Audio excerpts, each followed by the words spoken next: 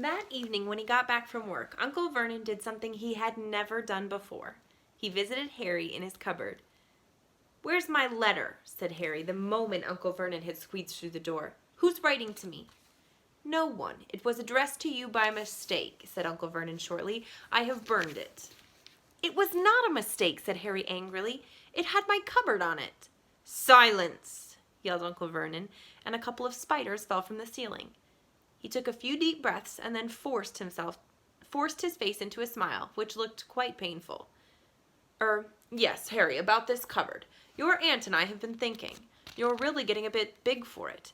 We think it might be nice if you moved into Dudley's second bedroom." "Why?" asked Harry. "Don't ask questions," snapped his uncle. "Take this stuff upstairs, now." The Dursleys' house had 4 bedrooms. One for Uncle Vernon and Aunt Petunia, one for visitors, usually Uncle Vernon's sister, Marge, one where Dudley slept, and one where Dudley kept all the toys and things that wouldn't fit into his first bedroom. It only took Harry one trip upstairs to move everything he owned from the cupboard to his room. He sat down on the bed and stared around him. Nearly everything in here was broken. The month-old video camera was lying on top of a small working tank Dudley had once driven over the next-door neighbor's dog. In the corner was Dudley's first ever television set, which he had put his foot through when his favorite program had been canceled. There was a large bird cage which had once held a parrot that Dudley had swapped at school for a real air rifle, which was up on a shelf with the end all bent because Dudley had sat on it. Other shelves were full of books. They were the only thing in the room that looked as though they'd never been touched. From downstairs came the sound of Dudley bawling at his mother. "I don't want him in there. I need that room. Make him get out." Harry sighed and stretched out on the bed. Yesterday he would have given anything to be up here. Today he'd rather be back in his cupboard with that letter than up here without it. Next morning at breakfast, everyone was rather quiet. Dudley was in shock. He had screamed, whacked his father with his smelting stick, been sick on purpose, kicked his mother, and thrown his tortoise through the greenhouse roof, and he still didn't have his room back. Harry was thinking about this time yesterday and bitterly wishing he had opened the letter in the hall. Uncle Vernon and Aunt Petunia kept looking at each other darkly. When the mail arrived, Uncle Vernon, who seemed to be trying to be nice to Harry, made Dudley go and get it. They heard him banging things with his smelting stick all the way down the hall.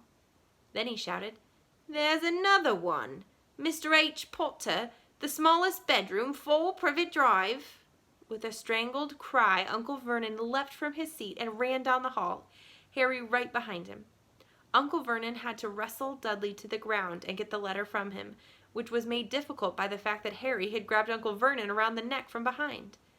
After a minute of confused fighting, in which everyone got hit a lot by the smelting stick, Uncle Vernon straightened up, gasping for breath, with Harry's letter clutched in his hand. "Go to your cupboard, I mean your bedroom," he wheezed at Harry.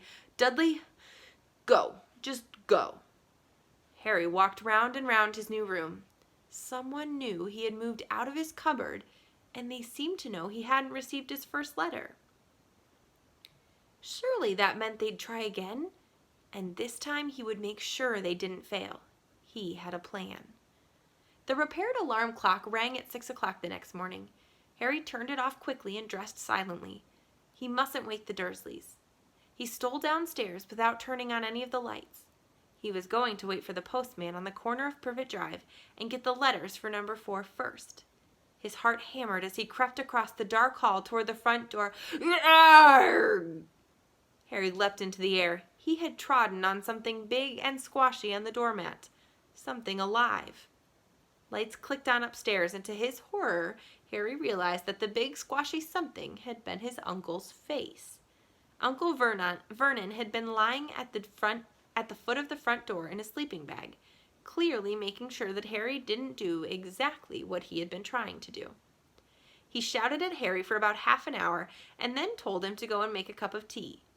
Harry shuffled miserably off into the kitchen, and by the time he got back, the mail had arrived right into Uncle Vernon's lap. Harry could see 3 letters addressed in green ink. "I want," he began, but Uncle Vernon was tearing the letters into pieces before his very eyes. Uncle Vernon didn't go to work that day. He stayed at home and nailed up the mail slot. "See," he explained to Aunt Petunia through a mouthful of nails, "if they can't deliver them, they'll just give up." "I'm not sure that'll work, Vernon." "Oh, these people's minds work in strange ways, Petunia. They're not like you and me," said Uncle Vernon, trying to knock in a nail with a piece of fruit cake Aunt Petunia had just brought him. On Friday, no less than 12 letters arrived for Harry.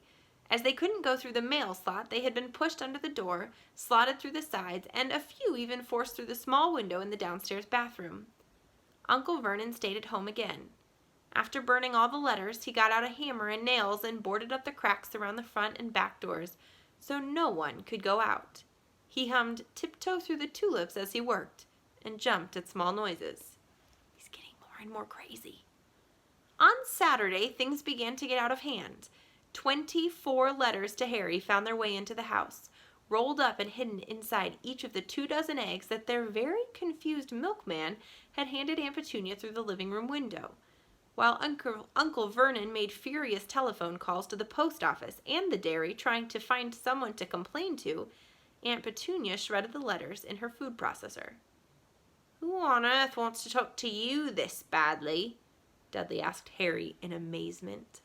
Just so you know, guys, we go to the grocery store and we get our eggs there, but in the story, the milk and eggs are all delivered to the house. And of course, the milkman had to do it through the living room window because Uncle Vernon has gone crazy and nailed up all the entrances to the house.